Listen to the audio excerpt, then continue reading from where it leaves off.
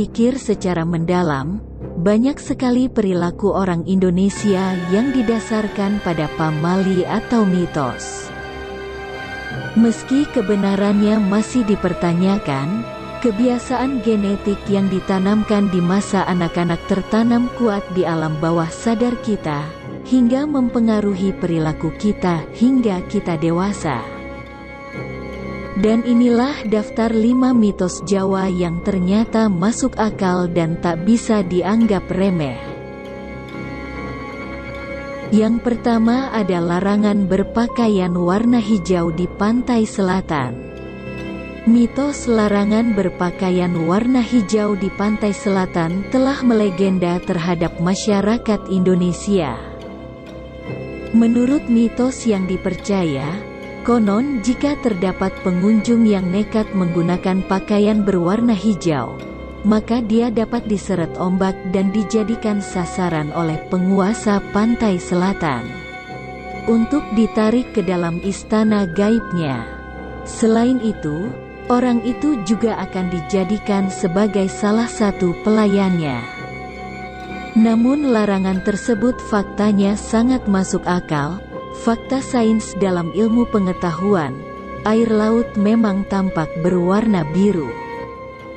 Tetapi dasar laut yang terdiri atas karang, rumput laut, hingga pasir yang terkena sinar matahari akan membuat air laut berubah terlihat keruh hingga berwarna kehijauan.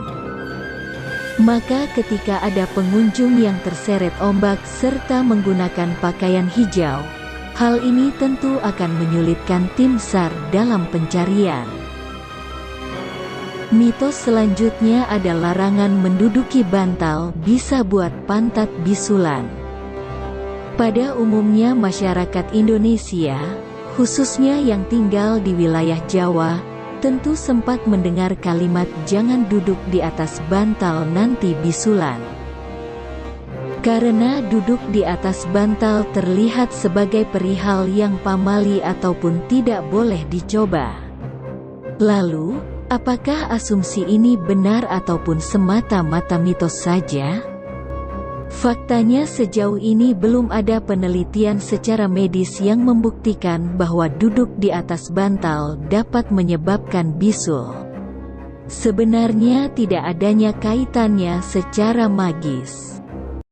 Makna dari perihal kalimat ini, mungkin orang tua melarang kita duduk di atas bantal dianggap kurang sopan karena bantal yang biasanya dipakai buat alas kepala, kita duduki.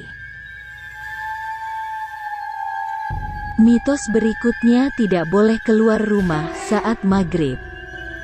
Mitos ini diantara dalam satu rangkaian cerita makhluk gaib di tanah Jawa bernama Wewe Gombel.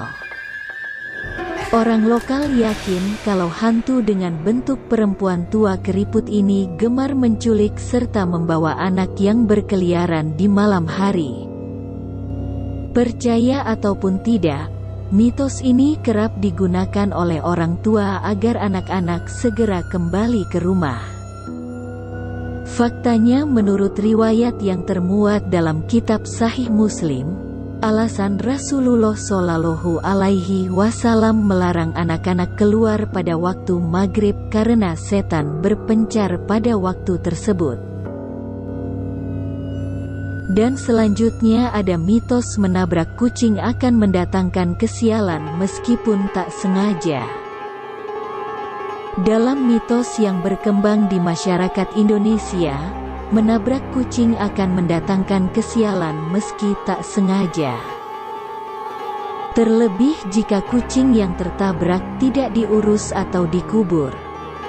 Kemudian mitos lainnya, pengendara yang tak sengaja menabrak kucing akan mengalami kecelakaan saat melanjutkan perjalanan.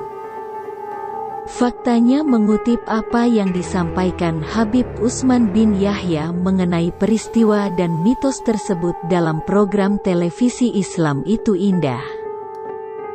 Habib Utsman dengan tegas menyampaikan tidak ada kesialan di dunia ini, termasuk ketika tak sengaja menabrak kucing. Tidak ada kesialan dalam semua kehidupan di dunia ini karena semua ada dalam ketentuan Allah Subhanahu wa Ta'ala. Hidup mati itu adalah kehendak Allah, kata Habib Usman. Menurutnya, yang menyebabkan kecelakaan justru sikap berpikir negatif pasca menabrak kucing, sehingga kurang konsentrasi saat berkendara. Ingat, kekuatan pikiran manusia dan rasa takut itulah yang menjerumuskan manusia tersebut dalam sebuah kecelakaan. Yang terakhir ada mitos dilarang memotong kuku malam hari. Menurut mitos Jawa, larangan memotong kuku di malam hari bisa mendatangkan keburukan bagi pelakunya. Bahkan dari sebagian mitos lainnya memotong kuku malam hari bisa memperpendek umur kita. Faktanya mitos ini lahir sebagai peringatan yang bagus buat kita terapkan. Ketika hari sudah mulai gelap, penglihatan hanyalah sebatas penerangan sinar lampu. Dan kenapa kita dilarang memotong kuku di malam hari? Karena penerangan di malam hari hanya sebatas sinar lampu. Jadi pandangan kita kurang maksimal, dan untuk menghindari salah memotong kuku yang mengakibatkan jari kita terluka,